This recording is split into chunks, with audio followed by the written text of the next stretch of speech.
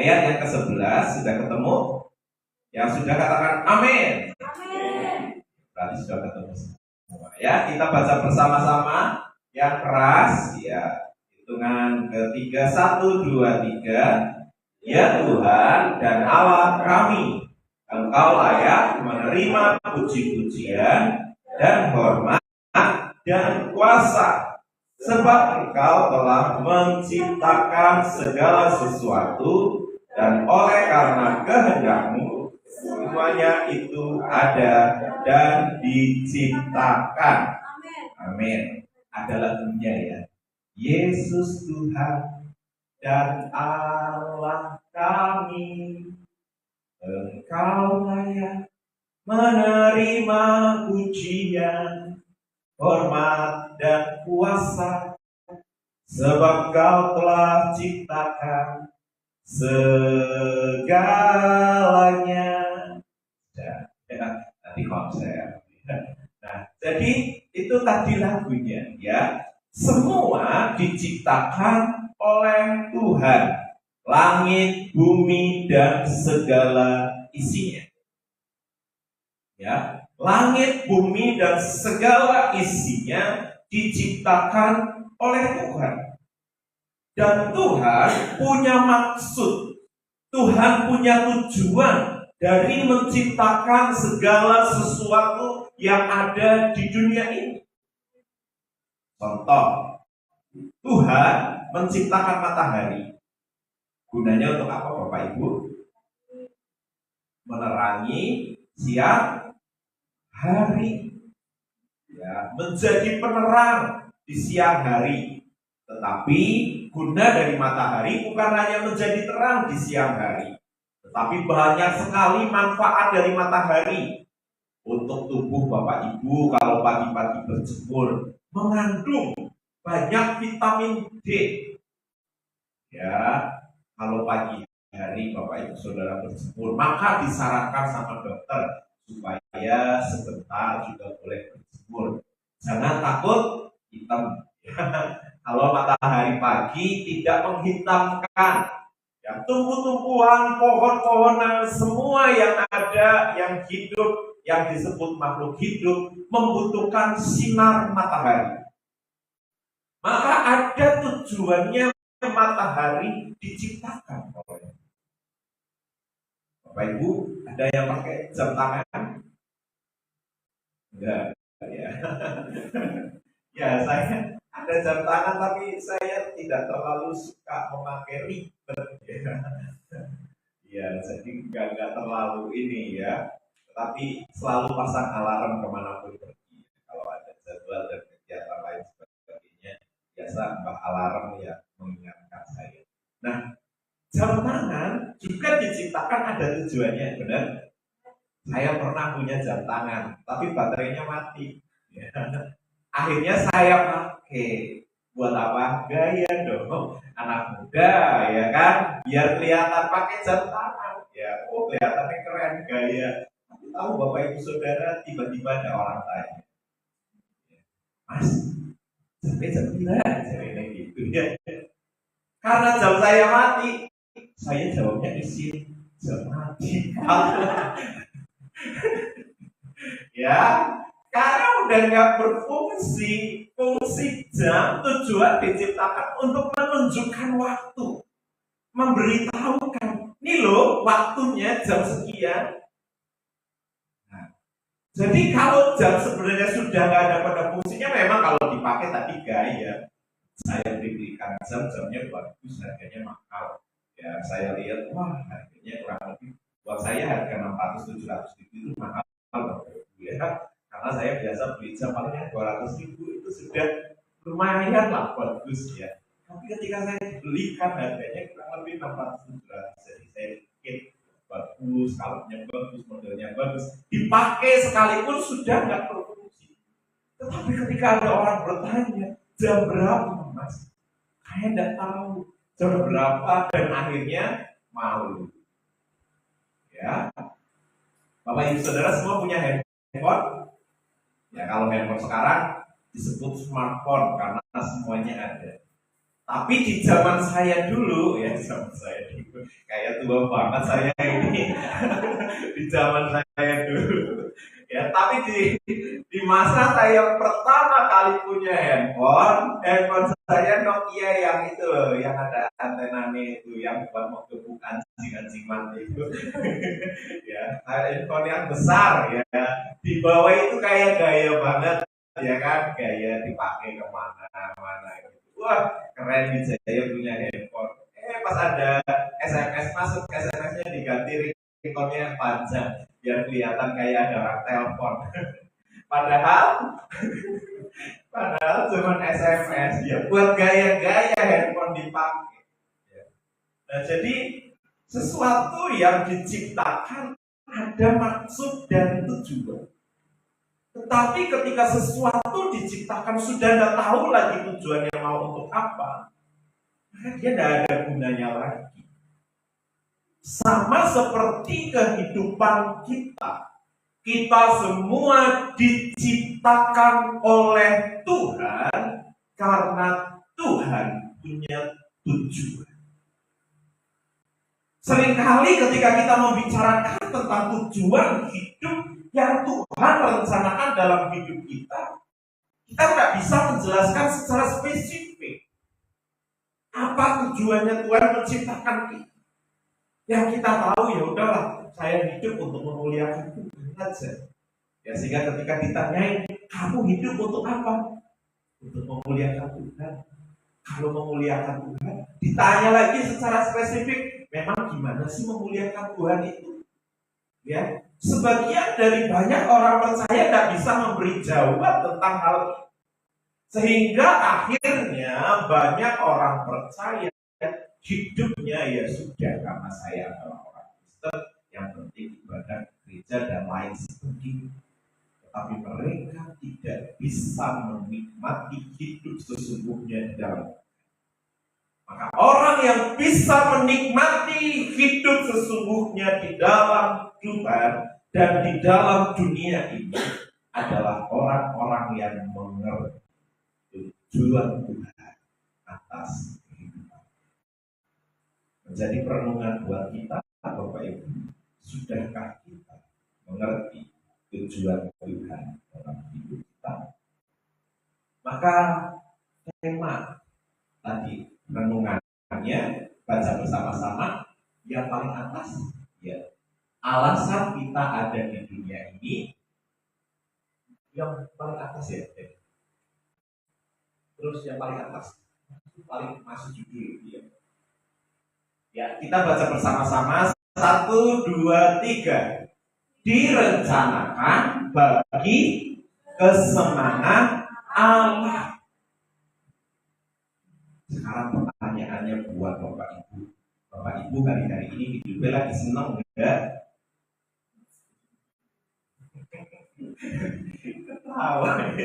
Ketahuan lagi nggak seneng. Ya, hidup Bapak Ibu Saudara senang enggak? Padahal Tuhan ciptakan hidup Bapak Ibu Saudara untuk menjadi kesenangannya Allah.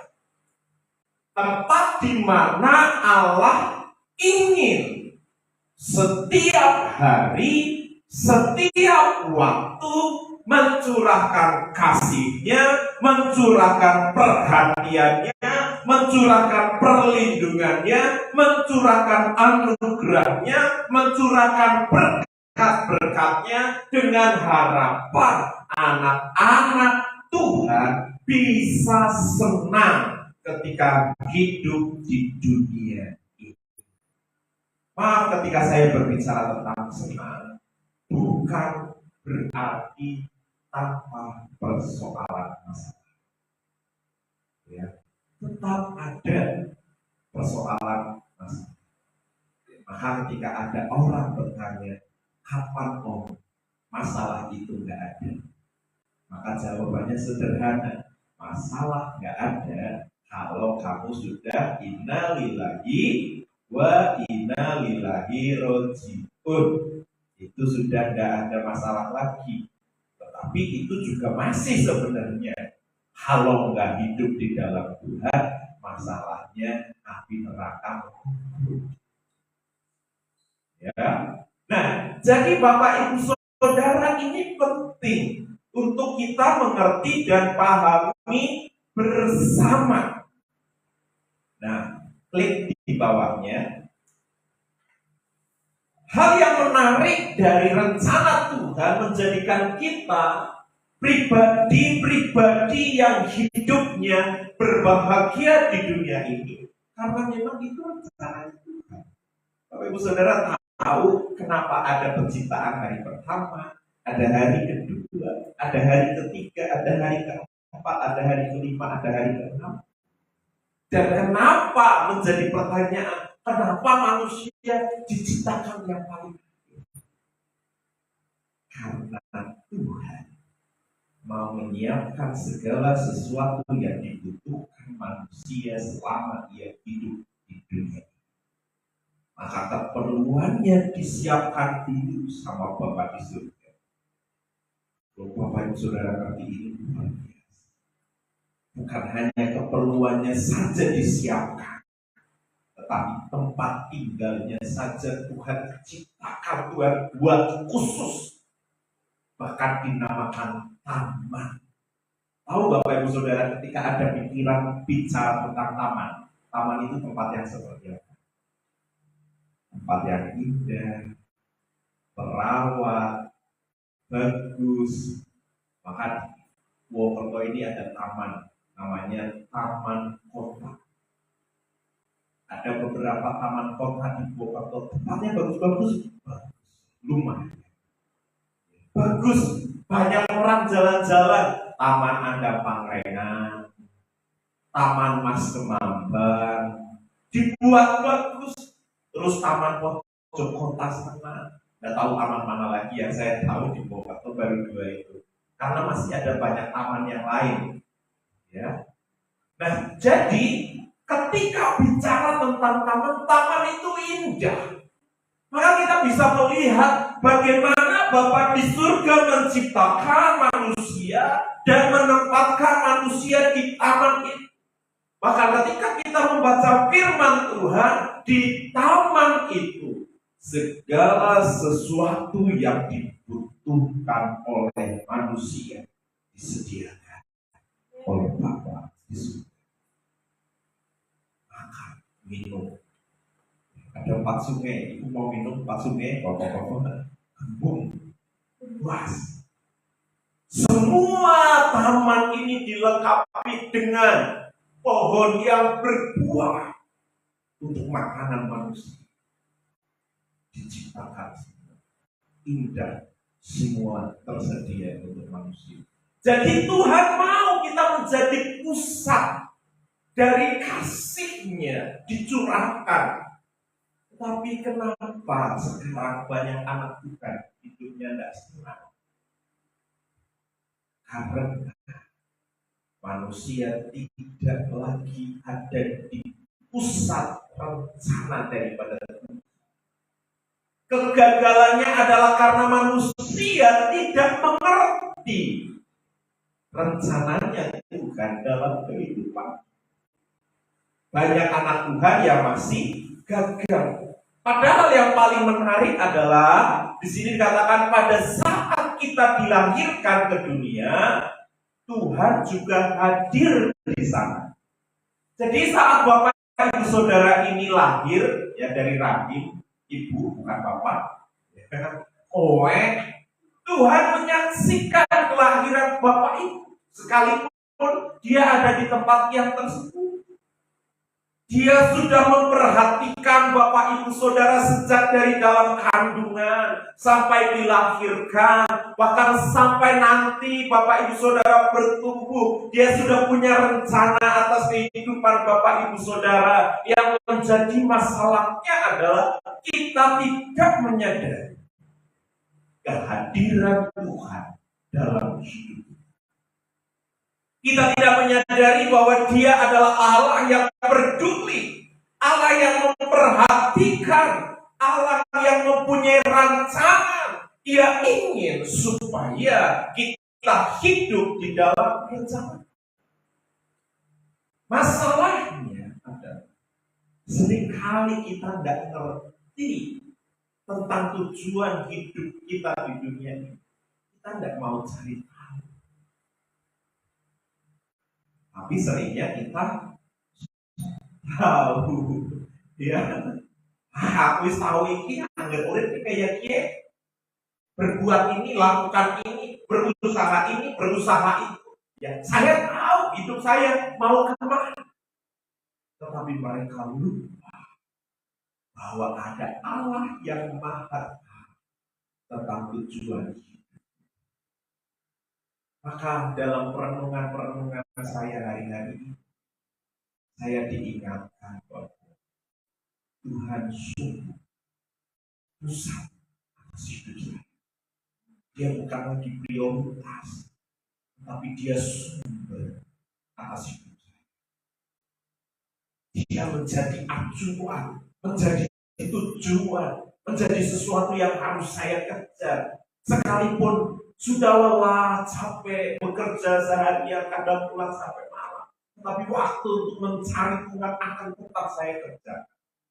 Karena kenapa? Dia pusat. Dia yang tahu, dia yang mengerti atas rencananya dalam hidup saya.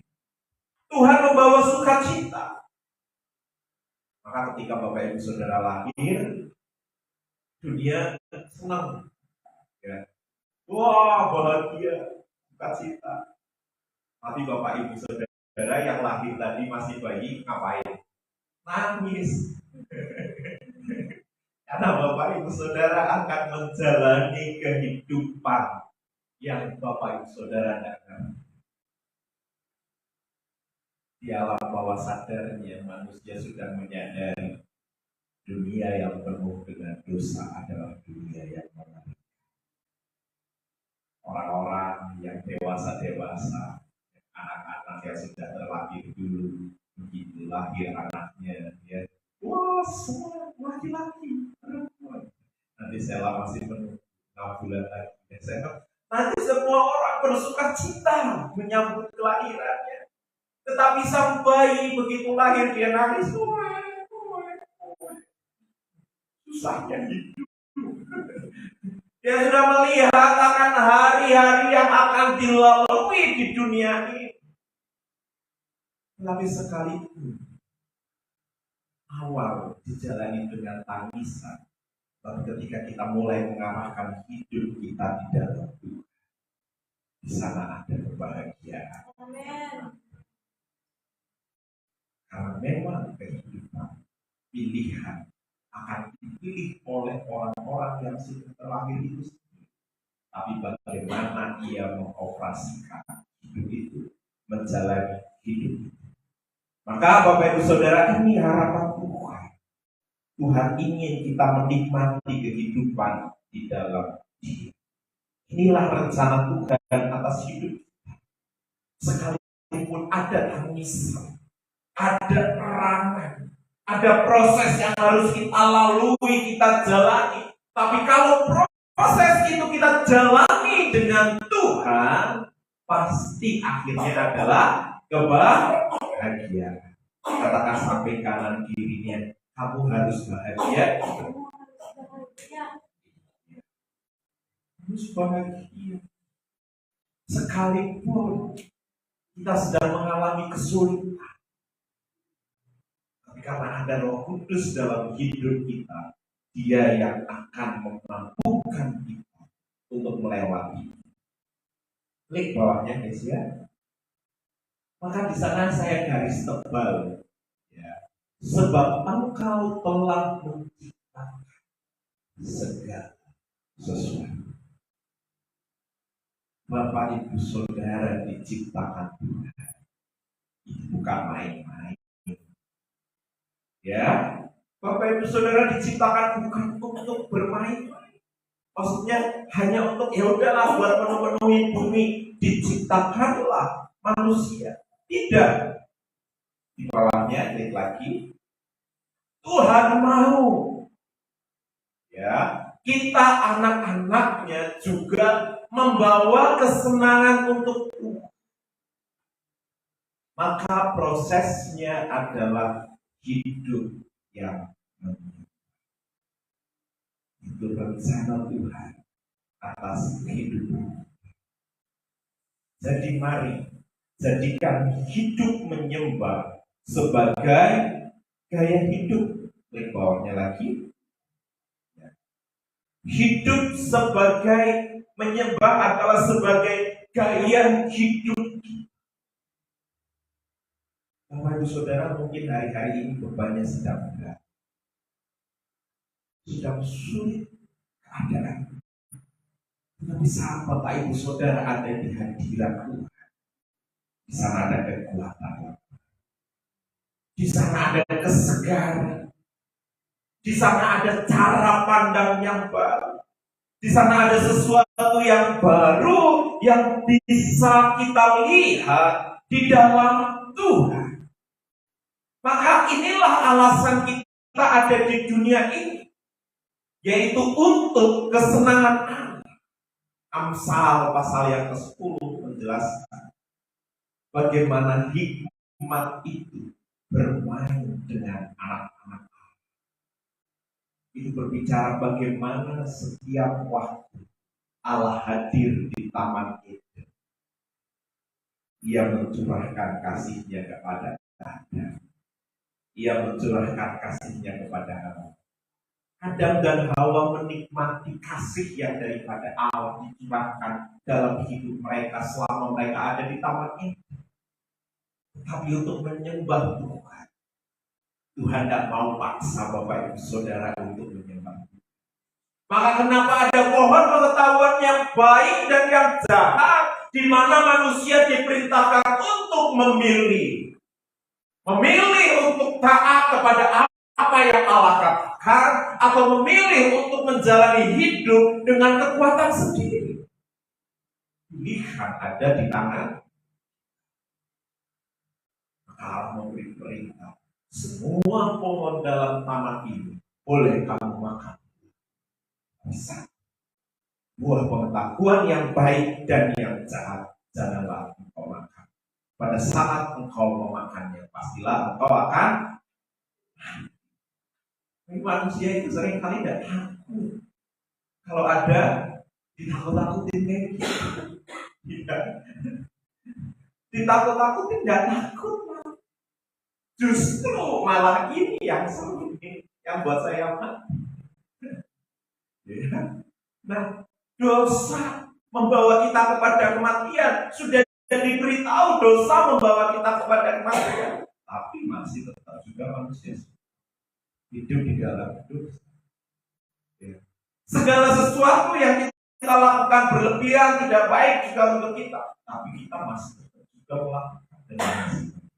Nah, Bapak Ibu Saudaraku yang dikasihi Tuhan, itulah alasan Tuhan menciptakan kita untuk menyembah dan menjadi pusat kasih sayang daripada Allah. Jadi Allah itu sayang banget sama kita. Siapa yang hari-hari ini sedang merasakan kasih Allah dalam hidup? Boleh tampil katanya. Ya. Ada yang masih ragu-ragu, aku lagi disayang sama Tuhan ya. Mau aku susah terus, masa aku disayang sama Tuhan? Kalau disayang gak kayak gini Tuhan. Bapak Ibu Saudara,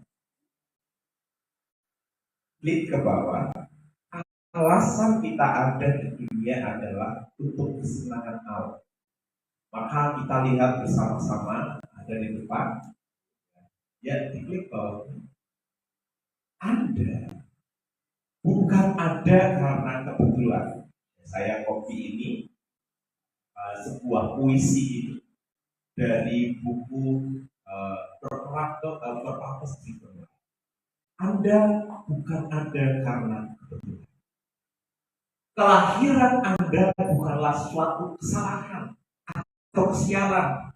Sial lahir di keluarga miskin. Siapa yang pernah begitu? Aduh, sial lahir di keluarga yang broken home. Aduh, sial, kenapa saya lahir di keluarga seperti ini? Sial. Ya. Tapi di sini dikatakan Anda lahir bukan karena kesialan, ya. Dan kehidupan Anda bukanlah yang tidak diharapkan dari Allah. Orang tua Anda mungkin tidak merencanakan Anda. Ya, ada orang tua kan gitu. Aduh, kenapa aku lahirin anak kayak gini? Anak membawa sial. Itu kebalikannya ya, tadi dari pihak anak lah orang tua membawa sial. Jadi kebalikannya. Ada juga keluarga yang seperti itu. Tetapi tahukah Bapak Ibu Saudara, sekalipun kita ada dalam posisi ini, Allah yang merencanakan. Allah gak terkejut sama sekali, gak kaget. Kenapa dia lahir di keluarga seperti itu? Karena Allah sudah mendesain dan merencanakan Mas Agus lahir di tanah Jawa. Rama biune ibu, adik kakaknya ibu, keluarganya seperti kita semua seperti itu. Mungkin kadang kita menyesali kenapa aku lahir di dunia ini. Biasanya orang yang suka menyesali hidupnya itu orang yang apa sih? Orang yang susah, ya Bapak Ibu ya. Kalau susah, biasanya pengennya apa? Wah, mati saja. Tapi kalau lagi bahagia, mau dipanggil mati jangan dulu Tuhan. Saya lagi senang. Maka biasa orang yang susah matinya, nggak pengen cepat-cepat mati, itu orang-orang yang terjamin kehidupan. Tapi kalau orang yang susah pengennya cepat-cepat. Nah, jadi Bapak Ibu Saudara, Allah sudah merancangkan Bapak Ibu Saudara akan lahir di tempat keluarga seperti apa. Seringkali latar belakang tidak bisa membuat orang akhirnya menikmati kehidupan. Bahkan dikatakan klik bawahnya, jauh sebelum Anda ada dalam benak orang tua Anda sudah dipikirkan oleh Allah. Jadi bahkan sekalipun Bapak Ibu dari keluarga kita belum memikirkan kita, nanti mau nikah sama siapa, punya anak berapa, anaknya seperti apa, itu kan gak bisa didesain. Allah sudah merencanakan itu terlebih dahulu. Bukan karena nasib, bukan karena kesempatan, bukan karena keberuntungan, juga bukan karena kebetulan. Kita bernafas saat ini. Kita hidup karena Allah ingin menciptakan. Alkitab berkata Tuhan akan menggenapi tujuannya bagiku. Kita baca bersama-sama yang paling bawah. Tuhan akan menggenapi tujuannya bagiku. 1, 2, 3. Tuhan akan menggenapi tujuannya bagiku. Tuhan punya rencana yang besar dan baik dalam hidup Bapak Ibu Saudara. Yang pertama tadi menjadi pusat kesenangannya Allah. Allah ingin kita menjadi penyembahnya yang benar. Amin. Penyembahan sebagai gaya hidup. Tidak peduli latar belakang hidup Bapak Ibu Saudara. Bahkan selanjutnya klik, Allah merancangkan setiap bagian tubuh Anda. Dulu saya sering meratapi nasib ketika saya dekat dengan orang-orang di usia remaja, apalagi ketika sudah mulai mengenal perempuan, ya, apa yang saya pikirkan, saya pendek, hitam, apa ada cewek yang mau dekat sama aku? Cinta dapatnya yang cantik. Tapi dia berkata, aduh nasib dapatnya yang seperti ini. Ya, wah, mungkin dia belum sadar ya, dia sedang hidup dengan siapa. Kan kalau lagi jatuh cinta katanya kan cinta itu buta, matanya tertutup ya, mungkin dia masih buta, belum melihat siapa yang ada di sampingnya setiap kali dia tidur. Dia bangun, dia hidup ya. Saya berdoa dia sudah sadar supaya nanti tidak menyesal kamu. Ya, secara fisik Tuhan sudah memperhitungkan. Dulu saya berpikir, Tuhan, tubuh saya kecil, Saya gosong. Saya nggak terima keadaan ini. Bapak Ibu Saudara tahu, saya kulitnya digini, di sini ada bekasnya resis. Ya. Maka dulu ingat kalau mau berangkat sekolah tahu minyak jelantah, Bapak Ibu Saudara. Minyak jelantah kalau habis makan itu ada minyak-minyaknya, itu dilapis biar nggak pusing katanya. Nah, secara fisik dia juga sudah merancangkan semuanya atas kehidupan. Secara spesifik dengan apa yang saat ini Bapak Ibu Saudara miliki, itu adalah yang terbaik yang daripada Tuhan. Katakan amin. Adakah Bapak Ibu Saudara yang masih menyesali tentang keberadaan fisik Bapak Ibu Saudara? Bapak Ibu Saudara tahu kenapa orang-orang Korea sebagian besar kebanyakan cantik-cantik dan ganteng-ganteng? Karena mereka tidak menikmati tubuh mereka yang sesungguhnya. Sehingga akhirnya di Korea dikenal dengan operasi plastik. Operasi plastik di Korea adalah operasi plastik yang terbesar di dunia. Terbanyak orang yang melakukan. Nah, maka Tuhan juga melengkapi kita dengan talenta, karunia di dalam kehidupan kita untuk kita menyembah Tuhan. Klik bawahnya lagi. Karena Allah membuat Anda untuk suatu alasan. Dia juga memutuskan kapan Anda akan dilahirkan dan berapa lama Anda akan hidup. Jadi Bapak Ibu Saudara tidak perlu takut mati. Karena memang dalam mati kadang ada macam-macam bentuk dan cara. Tapi semua ada seizin daripada Tuhan. Kalau belum waktunya mati, ya kan? Kalau sudah waktunya mati, lagi tidur aja tiba-tiba mati. Gak perlu sakit juga tiba-tiba mati. Kalau ada orang yang sakit sudah lama tapi tidak mati juga ada.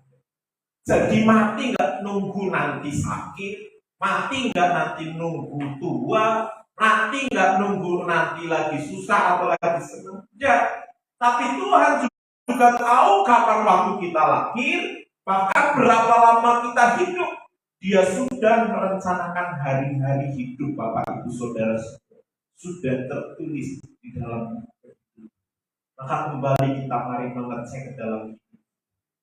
Kalau kita masih hidup di dalam kesukaran demi kesukaran dari dulu seperti itu, sekarang coba merenung dan bertanya kepada Tuhan, apakah saya sedang berjalan dan hidup dalam rencana Tuhan, atau saya sedang hidup dengan kekuatan dan kemampuan yang menurut saya hidup. Karena hidup ini ada dua pilihan. Memilih rencana Tuhan atau memilih rencana diri kita sendiri. Semua kembali. Maka betapa pentingnya kita bersekutu dengan Tuhan. Karena kesenangan sejati kita hanya bisa kita temukan saat kita hidup menyembah.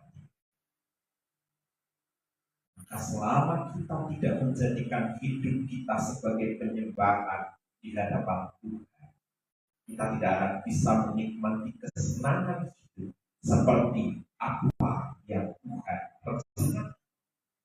Kadang orang berpikir, kenapa begini Tuhan? Kenapa begini Tuhan? Kenapa masalahnya begini? Persoalannya begini? Kenapa harus begini ya Tuhan? Kenapa keadaanku begini? Kenapa situasinya begini? Maka hal yang perlu kita renungkan kembali, kita memilih, sudahkah saya mengambil keputusan untuk memilih rencana Tuhan dalam hidup? Rencana Tuhan memang sulit untuk kita jalani, tetapi karena ada Tuhan bersama dengan kita, kita pasti bisa. Amin. Maka seringkali saya membedakan antara positive thinking dengan hidup dalam game. Kita akan diajar berpikir positif. Ya. Kamu bisa selama kamu berpikir kamu bisa. Kamu mampu selama kamu berpikir kamu mampu. Kamu bisa melakukan ini, kamu bisa melakukan itu, kamu bisa sukses begini, kamu bisa begitu. Selama kamu bisa, kamu pasti bisa. Ya, saya percaya. Saat Bapak Ibu Saudara ada modal untuk berkata bisa, pasti bisa. Tapi yang membuat berbeda dari hidup orang percaya dengan cara berpikir positif, saya bisa karena Tuhan beserta saya. Saya lakukan ini bisa karena Tuhan yang bimbing saya. Beda. Bisanya bukan karena saya, tapi karena Tuhan. Maka tadi dikatakan di dalam Wahyu pasal 4 ayat 11 dikatakan, ya Tuhan dan Allah kami, Engkau layak menerima puji-pujian dan hormat. Saat Bapak Ibu Saudara berkata, aku berhasil karena Tuhan, siapa yang dipuji? Tuhan. Dan tidak mengambil bagian yang Tuhan kerjakan. Saya bisa melewati persoalan masalah ini karena Tuhan. Saya bisa melakukan ini karena Tuhan. Saya bisa sampai di titik ini karena Tuhan. Semua yang aku miliki, semua yang bisa aku kerjakan adalah karena Tuhan. Bukan karena saya. Akan berbeda dengan positive thinking. Kalau positive thinking, berpikir positif, aku bisa karena aku mampu karena aku sukses karena aku lakukan ini karena. Tetapi ketika kita melihat bahwa hidup kita adalah untuk menyembah Tuhan, kita menyadari semuanya karena. Mungkin setiap keadaan yang kita miliki hari ini tidak bisa membuat kita akhirnya bersyukur dan menikmati apa yang Tuhan sudah percayakan dalam hidup. Bapak Ibu Saudara yang dikasihi, ketika kita terus belajar untuk akhirnya mengerti, saya hidup di dunia harus bahagia karena saya adalah pusat kesenangan dan maka Bapak Ibu Saudara akan berpikir hidup ini adalah dengan Tuhan. Maka kapan seharusnya kita berpikir hidup ini harus aku jalani dengan Tuhan? Maka jawabannya adalah hari ini. Jangan bilang besok, karena kita tidak punya jaminan untuk hari esok. Tuhan memberi waktu kepada kita adalah sekarang, hari ini. Maka jangan untuk kita hidup terus menyembah, mengasihi. Penyembahan adalah gaya hidup. Maka ketika kita hidup terus terkonek dengan Bapak Ibu Saudara bisa menikmati kuasa hadirat Tuhan setiap hari. Dimanapun saat Bapak Ibu Saudara bekerja, Bapak Ibu Saudara bisa merasakan hadirat Tuhan. Saat Bapak Ibu Saudara melakukan kegiatan aktivitas kehidupan sehari-hari, Bapak Ibu Saudara bisa menikmati hadirat Tuhan. Saat Bapak Ibu Saudara ada dalam badai kehidupan, persoalan, permasalahan hidup, karena Bapak Ibu Saudara konek dengan Tuhan, Bapak Ibu Saudara akan bisa merasakan kehadiran Tuhan dalam kehidupan. Itulah yang menguatkan kita. Itulah yang meneguhkan kita. Itulah yang memampukan kita hidup di dunia. Bahkan ada orang yang lain yang justru akan menilai, oh hidupmu kayaknya gak ada masalah ya. Hidupmu kayaknya adem-adem baik. Antem. Ya. Tanpa persoalan sepertinya untuk orang dunia yang lain. Tapi Bapak Ibu Saudara, saat Bapak Ibu Saudara hidup dengan Tuhan, sekalipun beban jadi berat, tetapi kau bisa bahkan kau tetap bersuka cita wajahnya berseri-seri, bersuka cita, sinar kemuliaan Tuhan terpancar. Wah, aduh angin. Orang pada datang cerita masalah, nggak tahu, padahal kita lagi mikul masalah juga. Tapi kita tetap bisa memberi jawab, bahkan bisa menolong orang lain yang datang. Saudara yang dikasih itu, ketika kita sadar kita direncanakan oleh Tuhan untuk menjadi pusat kesenangan. Apa Bapak Ibu Saudara? Pusat kesenangan, tempat di mana Allah akan berbagi dan mencurahkan isi hatinya, adalah saat Bapak Ibu Saudara selalu ada dalam hadirat. Ketika berbicara tentang hadirat Tuhan, bukan hanya di gereja ini, bukan hanya ketika Bapak Ibu Saudara ada di kamar atau di rumah, tapi dimanapun Bapak Ibu Saudara pergi, melangkah, berjalan, bekerja, belajar, melakukan segala aktivitas hidup Bapak Ibu Saudara, hadirat Allah akan menyertai hidup. Orang-orang yang seperti ini hidupnya akan bermakna. Boleh diklikkan filmnya.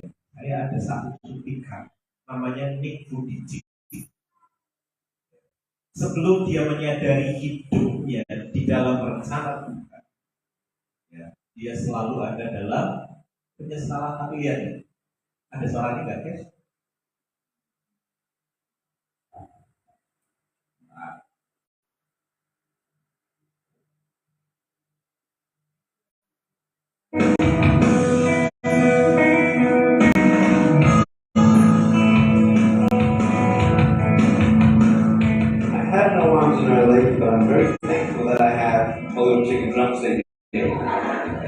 People freak out when they see Nick Vujicic. One slide, all by myself. Everyone always said the bottom of the slide is going to wait for other people to come down. Here I come, they're freaking out. They're like, yeah, like, and also sebelum dia pulang dengan Tuhan, hidupnya kacau, kasihan. Sekarang setelah time for us to look at my life and think, well, I can't do this. Dia bisa melakukan segala sesuatu. And you keep on concentrating on the things that you wish you had, or the things that you wish you didn't have, and you sort of forget what you do have. And there's no point, I believe, in my life where I wish I had di mana-mana menjadi motivator. What I'm saying is there's a couple key principles, and the first thing that I've seen is to be thankful. It's hard to be thankful, man. I tell you, when I was 8 years old, I sort of summed up my life and thought, I'm never going to get married. I'm not going to have a job. Banyak pikiran yang dia pikirkan saat usia 8 tahun. Gak melihat masa depan. Adakah perempuan yang suka sama dia? It's a lie to think that you're not good enough. It's a lie to think that you're not worth anything.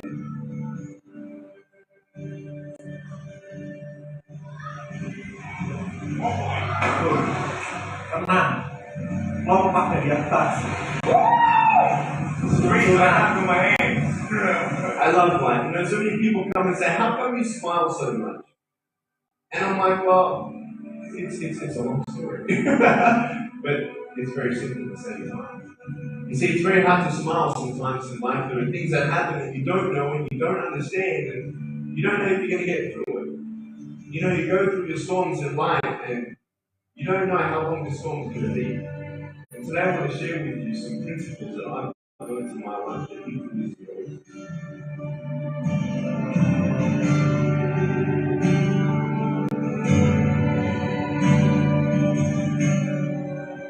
Being patient is beautiful. I tell you, it's the hardest thing.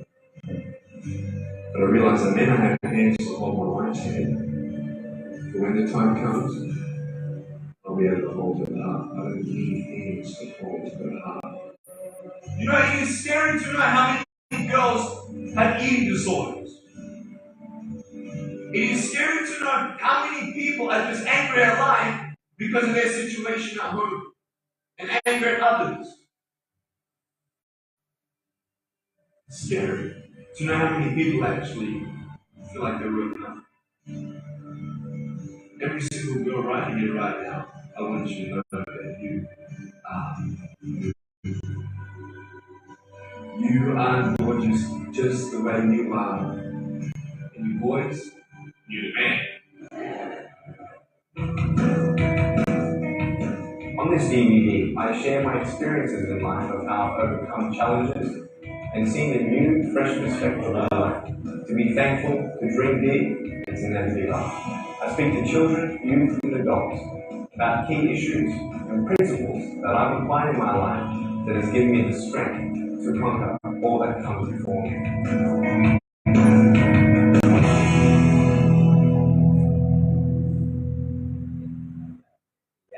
Nah, jadi Bapak Ibu itu orang yang sudah mengerti tujuan rencana Tuhan dalam hidup. Dulu Nugudicik tidak seperti itu. Ketika dia belum berjumpa, belum dipulihkan oleh Tuhan, dia tidak bisa mengerti apapun atas hidup.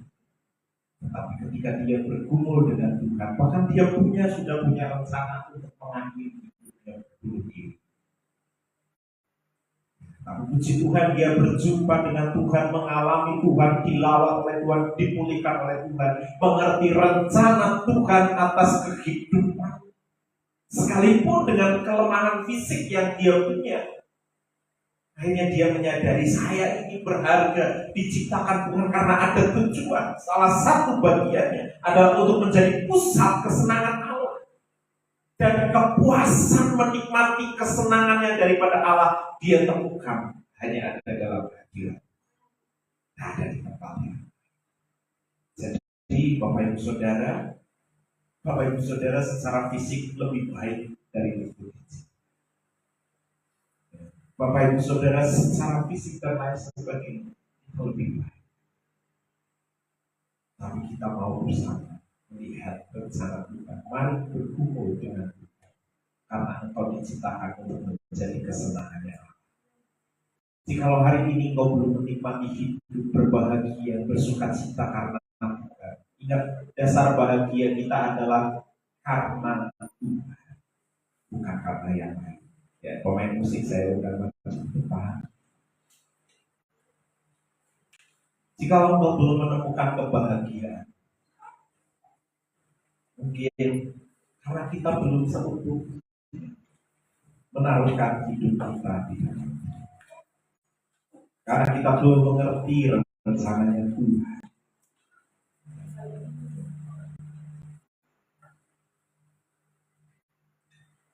Tetapi mari kita melihat bersama-sama. Kalau kita melihat secara manusia, Nugudicik tidak mungkin menjadi orang di hari depan. Dia akan menjadi orang yang gagal. Dia akan menjadi orang yang membawa masalah secara khusus, menjadi beban bagi keluarga. Kalau dia tidak berjumpa dengan Tuhan, mungkin sampai hari ini hal itulah yang terjadi di dalam hidup. Dia hanya menjadi beban di tengah keluarga. Tetapi Tuhan merancangkan hidupnya bukan untuk menjadi beban, sekalipun dia punya kekurangan. Hidup Bapak Ibu Saudara juga sama. Mungkin ada banyak kekurangan dalam hidup Bapak Ibu Saudara. Tapi ketika engkau menemukan Tuhan atas hidup dan engkau bersepakat dengan rencana bahwa kau diciptakan untuk menjadi kesenangan, menjadi pusat kasihnya, menjadi pusat bahagia, maka selayaknya kita juga mengambil bagian selanjutnya untuk kita juga menjadi penyembah-penyembah. Kita mau pusatkan hidup kita, kita mau pusatkan hati kita, kita mau pusatkan harapan kita mau pusatkan masa depan kita mau pusatkan segala sesuatunya kepada tangan Kristus. Izinkan dia bekerja atas hidup. Kau Allah yang setia, Bapa yang mulia, kasih-Mu besar Tuhan,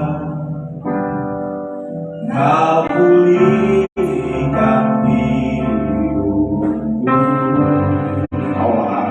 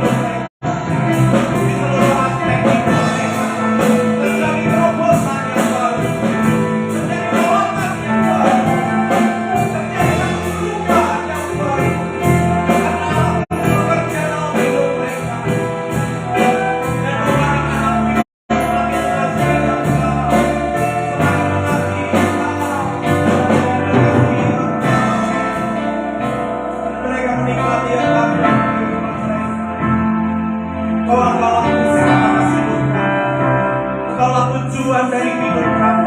Tidak ada tujuan yang lain. Sekalipun kami harus melakukan pekerjaan bukan tujuan kami. Sekalipun kami harus melayani pelayanan bukan tujuan hidup kami.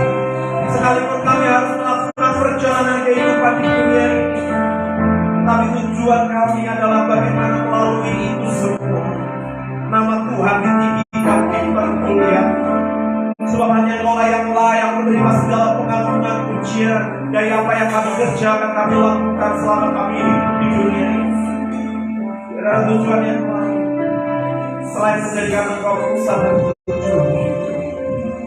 Mau menyerahkan setiap anak-anakku. Kau tahu keadaan mereka satu persatu. Dan mau berdoa, Kau yang hadir dalam hidupnya.